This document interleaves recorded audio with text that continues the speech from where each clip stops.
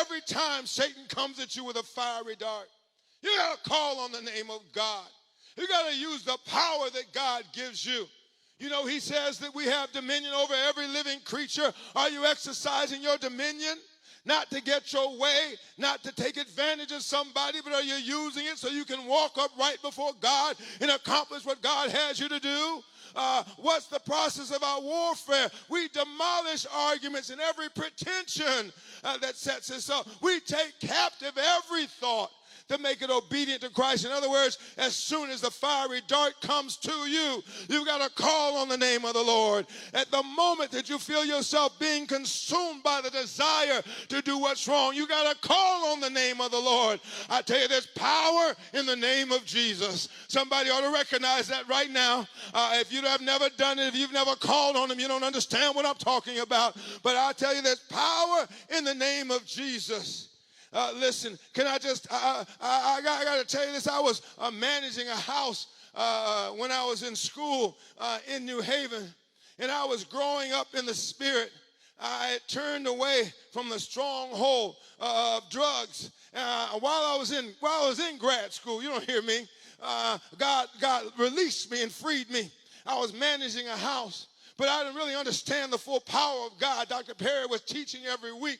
He was teaching lessons like this, saying that you've got to use what God has given you. There's power in the name of Jesus if you're living right. Because people that say Jesus but aren't living right don't have the same power as people who say Jesus that are living right. I want somebody to recognize that doesn't mean God is never going to help you if you're not living right and you call on the name of Jesus, because that's the name whereby men and women can be saved. But I want you to know there's an unction that comes over you.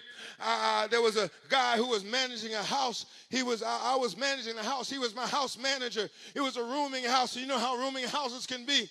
It was messed up that they were in there doing all kinds of things, drugs, this, that, and the other, and he wasn't taking care of it, and finally he was taking the rent. I was supposed to collect the rent and give it to the landlord, who was a judge. The landlord said, hey, listen, my rent is short. I went to him and said, the rent is short. He said, well, I can't collect the rent. Went to the rent. We gave it to him. Okay, so I knew it was time for him to go. I was pulling up, and I told him, I said, you've got to go. You got to be gone by Friday before the rent is collected. And so I came driving down the street on that Friday to Chapel Street in New Haven, Connecticut.